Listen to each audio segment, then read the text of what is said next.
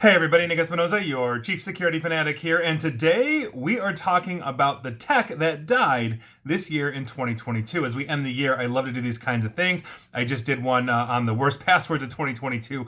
This is a technology that is gone away in 2022. Some of these require a violin and funeral service, others require a celebration. So with that, Mashable put together a great list of this. I also went looking for others, but they did a pretty solid job. And I didn't pick all of the ones that they did because some of them weren't tech platforms or weren't tech hardware or software, but here we are. So first things first, what's dying in 2022 is, I think, unfortunately, the iPod. Now, when the iPhone was released in 2007, the iPod essentially began its descent into obsolescence. In May of this year, Apple announced that it's discontinuing the iPod Touch, which was the last remaining iPod. If you recall, the iPod was first released in 2001 and revolutionized the MP3 and portable music player world. So it had a 20-plus year run, which is pretty damn impressive for any technology out there, and here we are. So adios, iPod. Next up, interestingly enough, and I have a bit of a nostalgia for this one as well, is Blackberries. That's right, in the early 2000s, Blackberry was the market leader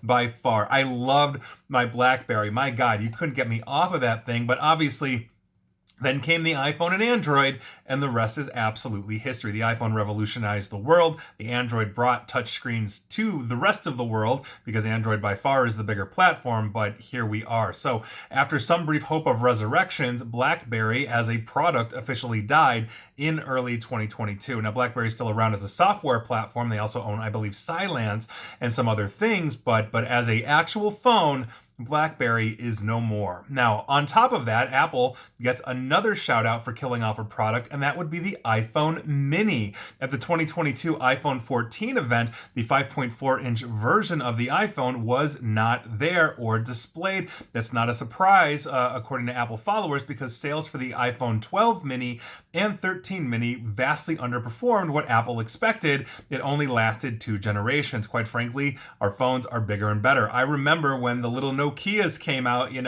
it that you had this tiny thing. Now I want the biggest screen that I can possibly wedge into my body. Can you fit a 36-inch screen in my pocket in some way, shape, or form? I will buy that phone. And I think more people are interested in larger phones as technology progresses. Moving on, and here's one that we should celebrate the killing of because it's a product that never should have been, and that is the Facebook portal, aka the Meta portal. I am not a fan of this company by any stretch, as you know if you are a regular follower of mine, and to say that Meta, aka Facebook, had a rough year is an understatement. They started 2022 by losing $237 billion overnight due to fines. They tried and failed to be like TikTok with Reels. Nobody seems basically to get the metaverse whatsoever, even though Zuckerberg is really pushing on it, and despite losing $10 billion on virtual reality investments in 2021, Zuckerberg is still trying to drink his own Kool-Aid and get us all to live in his virtual reality world with the Oculus Quest or Meta Quest VR headsets and all that kind of stuff in Horizon Worlds. I've been there. It is boring as hell. But basically, this approach to essentially doing this has cost them a huge amount. So giving up Meta Portal as they were cutting thousands of jobs and losing money was essentially low-hanging fruit in terms of this cost cutting. This is basically a smart display. It was already being outpaced by iPads, Amazon Echoes, Google Nest Hubs, and on and on and on. This was absolutely horrible. Not to mention that Facebook is one of the most egregious data miners in the world, and you're literally talking on essentially something that they can record, review, see, all that kind of stuff. Nobody bought the Facebook portal except pretty much Facebook employees, and even then they were caught giving these things crazily positive reviews and then basically being linked back to working at Facebook, which is another black eye for that stupid product, but I'm glad it's gone. Moving on. Another one that's going away this year is the Google Stadia. This was launched in 2019 and showed a whole lot of promise for the future of cloud-based gaming and streaming, but unfortunately, Stadia just never got the traction that it wanted, and Google announced in September of this year that they're going to shut it down. But interestingly enough, one final gift before it goes away is Stadia is refunding the hardware and cloud game purchases made through its store. So if you bought one, you're going to get refunded, apparently, according to Google. On top of this, Google will be licensing the underlying technology to third parties, maybe Steam. And so Stadia will kind of live on in some way, shape, or form, but there you go. It just didn't have the results that they wanted. So after about 3 years or so, it is going away. The next one up, and again, this is nostalgic for me, is Internet Explorer. That's right. The thing that's been around since like the beginning is going away. Now, 2022 is finally the year that Microsoft decided to put a bullet in Internet Explorer's head. Now, in its prime, it really wasn't that good of a browser.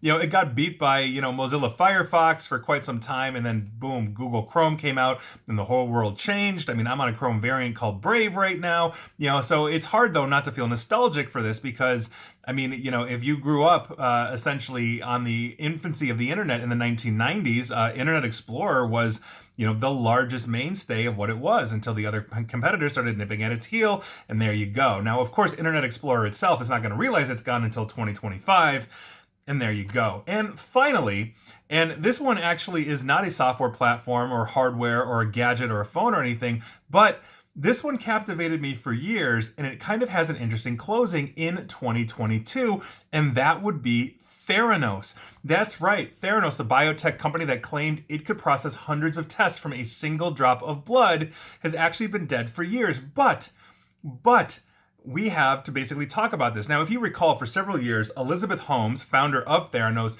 essentially was able to convince the world that she was the second coming of Steve Jobs, as Mashable put it. Now, she had the black turtleneck, she had an unblinking stare, suspiciously low voice, and all of that, and she was able to con former secretaries of state for the United States, Rupert Murdoch, Bill Clinton, Walgreens, and many others interested in investing, and did invest hundreds of millions of dollars or partnered with Theranos, but it all came tumbling down when John Carreyrou of the Wall Street Journal basically got it published that this was all BS. So, founder and CEO Elizabeth Holmes, as mentioned, was found guilty this year, basically, and it brings a kind of a poetic finality, as Mashable put it, to a very high public, high-tech grift. And that's essentially what it was. In November of this year, she was sentenced to 11 years, Elizabeth Holmes, she was sentenced to 11 years in prison for defrauding Theranos investors, again, of hundreds of millions of dollars. At its height, the company was valued at something like $9 billion. She was like the youngest female CEO billionaire in history and all of that. And I saw her TED Talk. I read the articles. I was like, oh my God, like this woman is going to change the world. Obviously I'm not a biomedical expert. We were all fooled by this. I did not invest in Theranos, although interestingly enough, I'm sure I could buy their stock for about a penny each. Rupert Murdoch allegedly sold his $200 million in Theranos for $1, his stock for $1 after buying it for hundreds of millions. So there you go. But I think that was a good way to close it. But that's the tech that is dying or has died in 2022 and will no longer be there. Please, please, please, somebody let Internet Explorer know sooner than later. And please like, share, follow me here on Facebook and Twitter at NickAESP. And please feel free to subscribe to me at YouTube as well. And as always, stay safe, stay online, and please attempt to stay private. Thanks, everybody.